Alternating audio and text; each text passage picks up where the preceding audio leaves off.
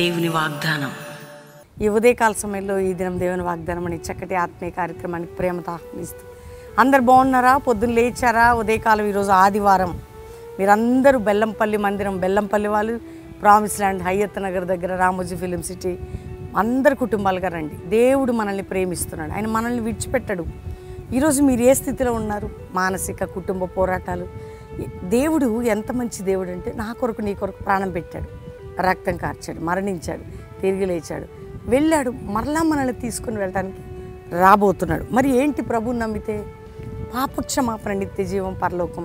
ఈ లోకంలో కూడా మన ప్రతి విషయంలో, ప్రతి కష్టంలో, దుఃఖములో ఆయన మనతో ఉంటాడు. ధైర్యం తెచ్చుకోండి. రెండవదిగా ఈ వాగ్దానం జాగ్రత్తగా ఈరోజు విందాం, చదువుకుందాం. మరి నేను చదువుతున్నాను అద్భుతమైన మాట. యెషయా గ్రంథం 51వ అధ్యాయం 3వ వచనం. యెహోవా సీయోనును ఆదరించుచున్నాడు, దాని పాడే స్థలములన్నింటినీ ఆదరించి దాని అరణ్య స్థలములు ఏదేను వనం వల్లే చేయుచున్నాడు. సియోన్ని, యెరూషలేముని ఆదరించడం అంటే ఆ రోజుల్లో అదొక ప్రాముఖ్యమైన విషయం. ఈరోజు నువ్వే ఆ సియోను. దేవుడు నిన్ను ఆదరించేవాడు. పాడైన నీ జీవితాన్ని మళ్ళీ ఎట్లట? ఏదేను వనం వలె. ఏదేను వనం అప్పుడు ఎలా ఉండేదండి?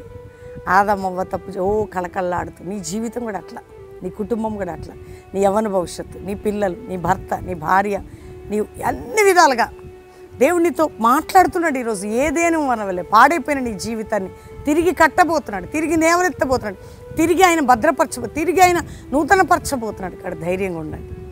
ఈరోజు ప్రభు తట్టు చూడండి. ఏ విషయంలో మీ హృదయం, మీ జీవితం, మీ శరీరం, మీ మనస్సు అన్నీ పాడైందో తిరిగి ఆయన నూతనపరిచి కట్టబోతున్నాడు.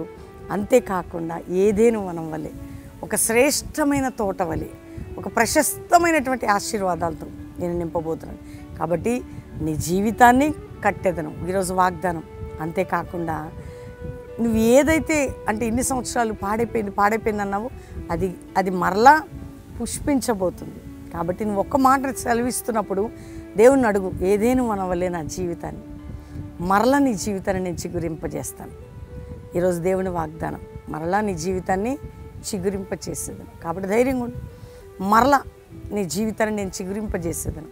కాబట్టి సెకండ్ టైం మళ్ళీ రిపీట్ కాబోతుంది. కాబట్టి ధైర్యంగా ఉండండి. దేవుడి మాట దీవించును గాక. అందరం ప్రార్థన చేసుకుంటాం. తండ్రి, ఉదయకాలం ఎంతమంది బిడ్డలు ఈ వాగ్దానం వింటున్నారో, రక్షణ లేని వారికి రక్షణ, పాపక్షమాపణ, నానావిధ రోగ వ్యాధితో ఉన్న వారికి స్వస్థత, అప్పుల బాధ, ఆర్థిక బాధ, మానసిక ఒత్తిళ్లు, కుటుంబ పోరాటాలు, రోగాలు, నిందలు, గాయాలు, అవమానాలు, శ్రమలు అన్నిటి నుంచి విడిపించి రక్షించి బంధకాలతో బిడ్డలందరికీ విడుదల మీరు దయచేయండి. తిరిగి కట్టండి. ఇతర దేశాలు మా ప్రియులందరూ రక్షించి వారున్న దేశంలో వారు పుష్పించాలి, ఆశీర్వదించబడాలి, బలపరచబడాలి, ఉజ్జీవం, రక్షణ, అద్భుతాల దేశాల్లో జరగాలి. ఒక జాషువా జనరేషన్ లేవాలి. మా భారతదేశాన్ని కూడా క్షేమము దయచేయండి ఆయన. గొడవలు, కొట్లాట్లు, అల్లర్లు నాయన, ఆకస్మిక యాక్సిడెంట్స్, మరణాలు, పోరాటాల నుంచి మా దేశ ప్రజలందరినీ కాపాడి రక్షించి విడిపించి నీ సమాధాన సన్నిధి అందరికీ మీరు దయచేయండి. అయ్యా, మా దైవజనులు వారి బిడ్డల్ని మీరు శత్రు నుంచి విడిపించి కాపాడి అపవాదిని సిగ్గుపరిచి నామాన్ని కనపరచుకోండి. కల్వరి మినిస్ట్రీని ఏదేను వనం వల్లే ఆశీర్వాదకరంగా చేసి మీ నామానికి మహిమ తెచ్చుకోండి. ప్రతి బిడ్డని కూడా అలాంటి బ్లెస్సింగ్తో నింపండి. ఈ వాగ్దానం వింటున్న ప్రతి కుటుంబంలో అప్పులు, ఆర్థికంగా, మానసికంగా, కుటుంబ పరంగా, ఆరోగ్యపరంగా, ఆర్థిక పరంగా, వ్యాపార పరంగా, పిల్లలు లేని అన్ని బంధకాలు తెంచి ఏదేను వనం వల్లే దీవించి ఈరోజు మ్యారేజ్ డే, బర్త్డే బిడ్డలు కూడా అట్లాంటి బ్లెస్సింగ్తో నింపి తోడై ఉండమని, ఎవరు రోగులుంటే స్వస్థపరచమని యేసు నామములో అడుగుచున్నాం తండ్రి.